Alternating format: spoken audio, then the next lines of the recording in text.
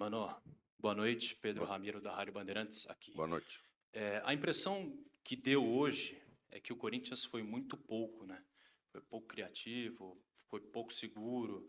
Pelo menos essa é a impressão que deu, e até conversando com alguns torcedores. O que você avaliou hoje do Corinthians e também quanto do resultado tem da parte tática e técnica e quanto tem também da falta de reforços? Obrigado. Bom, boa noite a todos. Acho que o jogo foi jogado em dois tempos distintos, porque a primeira parte nós jogamos até os 42 minutos, 11 contra 11. Na minha maneira de ver, eu acho que se separarmos os tempos, embora não criamos tanto na última parte, tivemos o controle das ações do jogo, não sofremos nunca, tomamos o gol numa jogada isolada, se não me engano foi a primeira jogada que a equipe sofreu, né? E então era um jogo grande. Os jogos grandes são jogos de poucas oportunidades. E a gente, com essa construção que estamos fazendo, ainda estamos pecando, certamente, como equipe, naquilo que temos que apresentar. Não existe milagre para isso, então estamos passando por esse momento que exige bastante calma, que exige bastante consciência daquilo que a gente precisa fazer. Mas eu acho que a equipe teve comportamento, acho que a equipe no segundo tempo se superou, e se continuar com esse comportamento, dificilmente vai ser derrotado nas próximas partidas, vai voltar a vencer. E eu acho que o caminho é esse, né? Não podemos cometer esses pequenos erros que, de vez em quando, têm nos atrapalhado em termos de jogo. Você ficar com um a menos é difícil nessa hora, né? E então a equipe passou por um jogo difícil, mas eu acho que o comportamento dela remete para coisas melhores no futuro. Mano, boa noite. Marco Belo, Rádio Transamérica. Você falou dessa reformulação que está acontecendo, mas hoje é dia 30 de janeiro. Você acha que essa reconstrução do Corinthians está demorando demais e o torcedor, pelo menos, não tem essa paciência? E hoje, o Corinthians tem elenco para disputar o Campeonato Paulista? Hoje, eu estou falando porque vem do Banco do São Paulo, o banco de reservas que você tinha. Você acha que o Corinthians hoje tem elenco para disputar o campeonato? Bom, eu acho que quem tem que fazer essa avaliação de valoração são vocês, né? Vocês não esperam que eu venha aqui fazer uma avaliação pública em cima de uma derrota para diminuir aquilo que temos. A matemática não mente, né? Você sabe que saíram 12 jogadores e entraram 3 jogadores no grupo.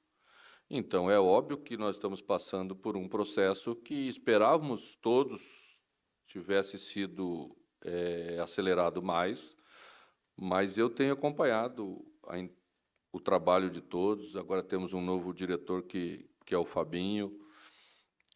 Se trabalha 24 horas por dia para tentar resolver essas questões. Estamos no caminho de alguns acréscimos, né?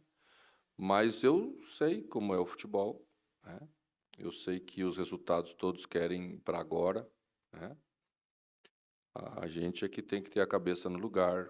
Sei que o torcedor vê com emoção. As perspectivas foram grandes, né? Pelo menos no primeiro momento se sonhou bastante alto. Na verdade, eu vejo todo dia que as pessoas que assumiram o Corinthians continuam sonhando. A realização das coisas está dentro de um processo que envolve a realidade momentânea que o clube atravessa. E nós vamos continuar trabalhando todo dia para logo entregar aquilo que o torcedor quer ver. Mano, boa noite. Rafael Esgrilles, Energia 97. Vários momentos da partida você ficou no banco de reservas, agitado, principalmente com erros de passe na parte defensiva, né, na retomada de bola também. O que te preocupa mais nesse começo de temporada? É a parte defensiva ou é a parte ofensiva, de armação das jogadas? E uma outra pergunta, você já tem uma sinalização sobre uma possível entrada do Garro, a regularização para o jogo contra o Novo Horizontino? Essas partes de regularização estão com a direção. nós estamos fazendo tecnicamente aquilo que temos que fazer. Estamos trabalhando com os jogadores, relacionamos o Garro, estamos aí esperando esses últimos detalhes que vão dar a condição para ele. Tá?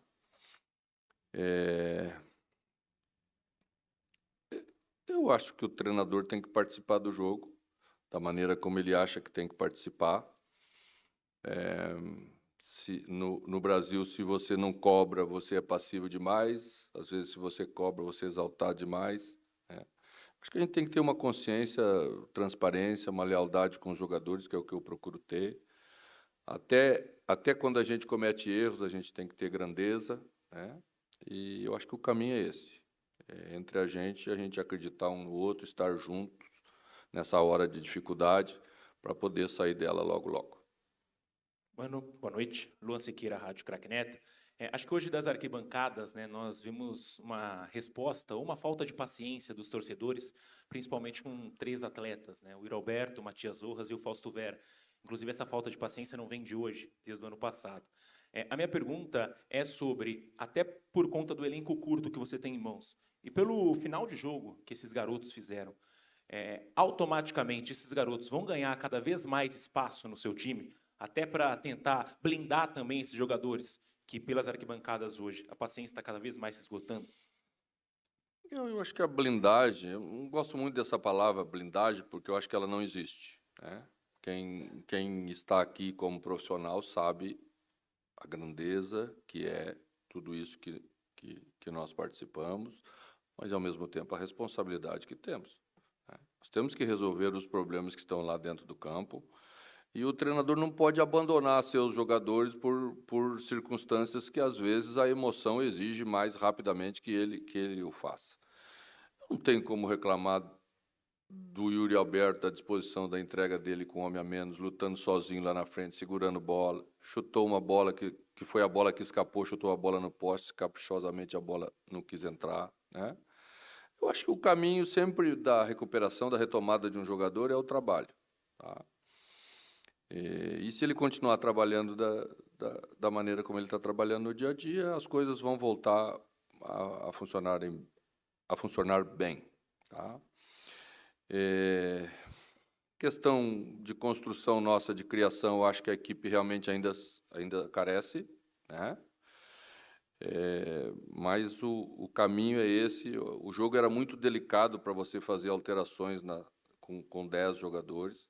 Eu segurei até onde pôde, porque o clássico pode ficar perigoso. Nós tomamos um segundo gol, aí você joga os meninos para dentro e daqui a pouco você toma um terceiro gol e vira uma coisa que prejudica todo mundo em vez de ajudar. Então, eu confio neles, eles sabem que confiamos, né? Mas eles não podem ser apontados como a solução de tudo aquilo que nós estamos passando. Nós vamos trabalhar com eles, senão eles não estariam aqui, nós acreditamos bem, mas tem uma etapa, nós vamos colocando eles. Hoje, né, Arthur fez um gol, isso é bom, é ótimo para centroavante, fez um gol bonito. Tá? Então, vamos trabalhar dessa forma. São anos de experiência, é muito conhecimento que a gente tem para saber conduzir o processo nessa hora. Mano, aqui atrás, tudo bem? Boa noite.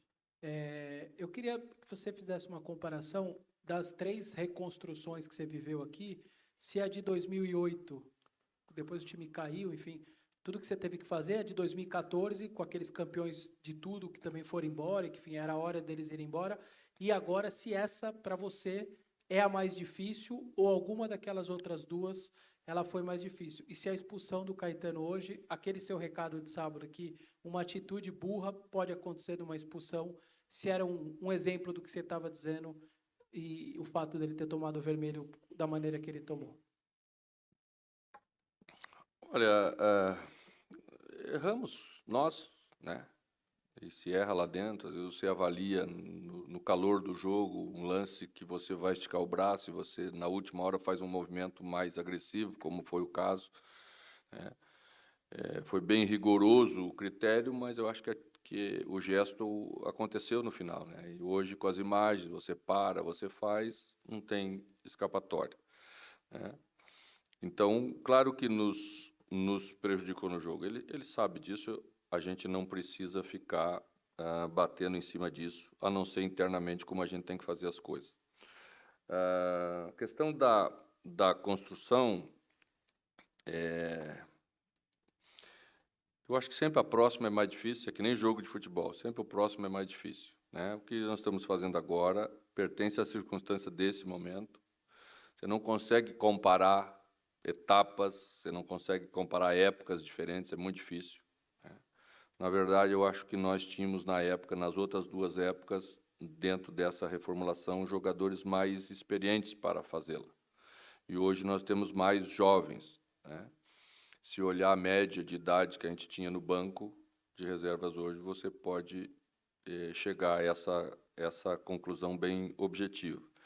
E não é fácil para os jovens num momento de uma pressão maior, né? Gostaria eu de estar colocando eles numa condição já mais favorável de equipe, mas hoje em dia eles também estão muito desenvolvidos de forma, né, bem precoce, e o Corinthians já na sua base também vai construindo jogadores que se acostumam muito em estar aqui e suportar isso bem. Então, eu sempre vou tentar escolher o que é melhor para a equipe, é o meu papel.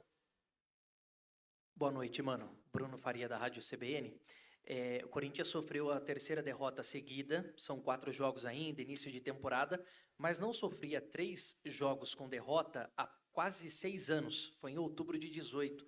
O quanto te preocupa, logo no início da temporada, ter essa sequência negativa? Obrigado. A derrota é ruim sempre, não tem meio termo, né? Mas eu, como treinador, tenho que tirar um pouco essa questão para saber avaliar se em alguns aspectos temos melhora, o que é que está ocasionando esse tipo de situação. Acho que os 2 jogos anteriores a gente não tinha que ter perdido de jeito nenhum, foram, né, situações bem pontuais, mas isso demonstra ainda uma imaturidade da equipe, e eu não estou falando isso de idade, estou falando da construção dela, né? Uma equipe já mais madura, mais trabalhada, ela não comete erros ingênuos, erros bobos, né? Você toma gol porque o adversário tem muito mérito para fazer. A gente ainda está tomando uns gols que você sabe que tem nos custado o resultado do jogo. Acho que a gente tem que ter paciência nessa hora, mas continuar trabalhando às 24 horas. Agora teremos 2 dias para trabalhar. Nos últimos 3 jogos não tivemos nenhum dia para treinar. É importante que se entenda isso. Quando as coisas funcionam bem nessa hora, você passa batido por isso. Quando vem a derrota e ainda a instabilidade que temos, então você precisava um pouquinho mais de tempo para trabalhar. Mas nos últimos jogos, o segundo dia são 48 horas. Como você sabe, cientificamente, 48 horas é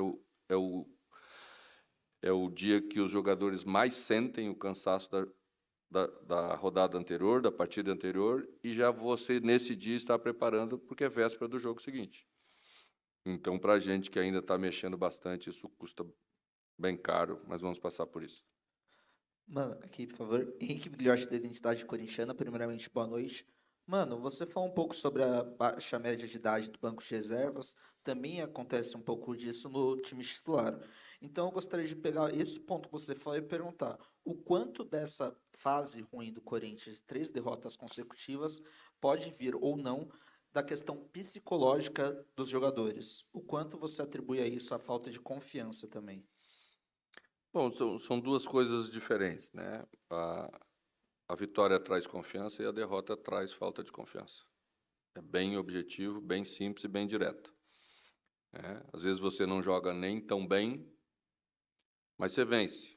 Então você fica numa condição de diminuir a pressão para a próxima rodada, de não ter o externo que afeta, e não tem jeito, afeta, né?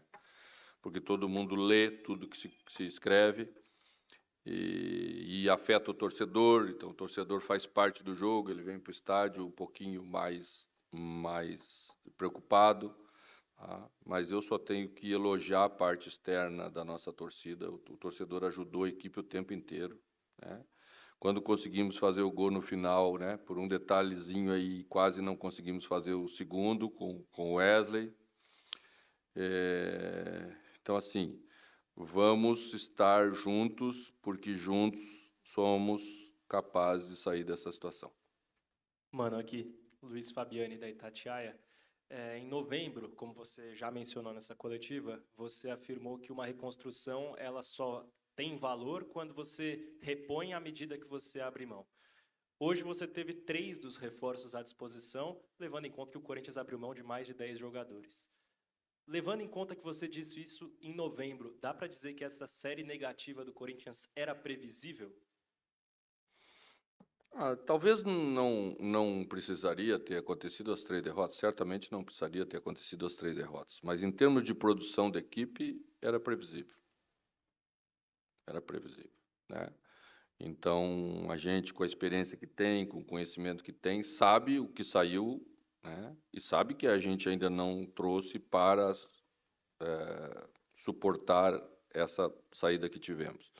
Mas volto a dizer, a gente tem trabalhado para isso, eu estou com a direção todos os dias, né?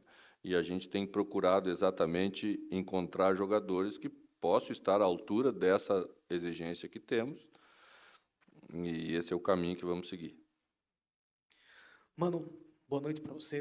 No ano passado, quando você chegou, você falava na proposta de dar uma ideia simples para aquele elenco que você tinha em mãos, que agora tem mudanças. Agora teve mudanças, você já citou, saíram 12, entraram 3, você tem mais jogadores da base à disposição. Hoje, pelo menos, já pensando para frente, qual seria aquela... Você acha que a ideia que você pode pensar, o que você já estava carregando para 2024, ela pode chegar a ser passada assim, de uma maneira simples para essa garotada da base, principalmente para aqueles que não chegaram a ter contato com o seu elenco em 2023?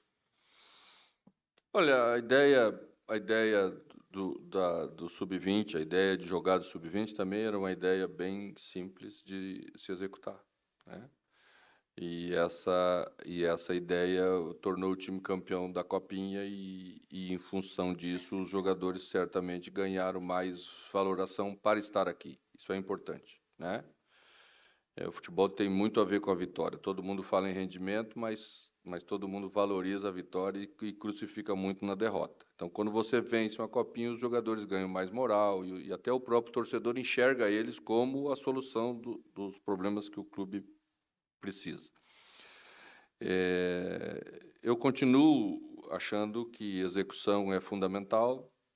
Eu acho que a gente tem errado até tecnicamente algumas coisas, não por ser mais complexo o sistema, não. O sistema é simples, a gente tem procurado, desde que chegou, trabalhar com no máximo 2 volantes, colocar 2 meias na equipe, às vezes 2 atacantes, como fizemos hoje de beirada, né? E 1 meia só. Que é relativamente simples. O mais complexo, o mais difícil do futebol sempre é a execução. E ela está ligada diretamente com a qualidade do elenco que a gente tem e do trabalho que a gente pode fazer com eles. Eu não tenho nada para reclamar da entrega deles para a gente trabalhar. Os momentos são diferentes dos jogadores, alguns mais confiantes, outros menos, em função de tudo que está acontecendo. Então, a oscilação ainda está dentro do esperado. Mas temos que começar a crescer e temos que começar a solucionar os nossos problemas. Mano, boa noite, Guilherme Agrelo, do Dimensão Esportiva. Você falou bastante sobre caminho, né? E os caminhos que o time precisa seguir para sair dessa fase. O Corinthians, nos últimos anos, ele teve bastante dificuldade, tem tido bastante dificuldade de se impor, né, perante os adversários. É um time que não consegue criar, não consegue agredir, nem mesmo assustar muitas vezes, né? Nem dentro de casa e muito menos fora. Queria que você comentasse um pouco quais caminhos você, sua diretoria, enfim, sua comissão técnica podem seguir para tirar o Corinthians dessa apatia, né, que tem apresentado nos últimos anos e que, na sua avaliação, já melhorou bastante no jogo de hoje. Obrigado. A gente precisa qualificar o elenco. Não tem outra solução, né? Antes vocês citaram o exemplo e a palavra do famoso tabu, né? A gente constrói situações como essa não é por causa do treinador isoladamente, não é por causa da direção isoladamente. Quem constrói isso são os jogadores com a qualidade que tem, né? E com a força do ambiente. Então, o ambiente, para estar a favor, o time também tem que puxar o ambiente de fora para dentro, né? Tudo isso é o somatório do que é ser forte dentro de casa, do que é ser mais ofensivo, ser mais incisivo, ser mais proponente de um jogo de futebol, né? Eu ouço, às vezes, as pessoas falar muito da característica do treinador. Claro que temos características marcantes, talvez até um pouco predominante na nossa carreira. Mas quando duas equipes proponentes entram em campo, uma delas se sobrepõe, porque ela faz melhor do que a outra. Então, a ideia pode ser boa. O futebol começa com uma boa ideia. Você não faz nada se não tiver uma boa ideia, mas ela tem que vir acompanhada de uma ótima execução. Obrigada, mano, a todos Boa que nos noite, gente. acompanharam. Boa noite, até a próxima.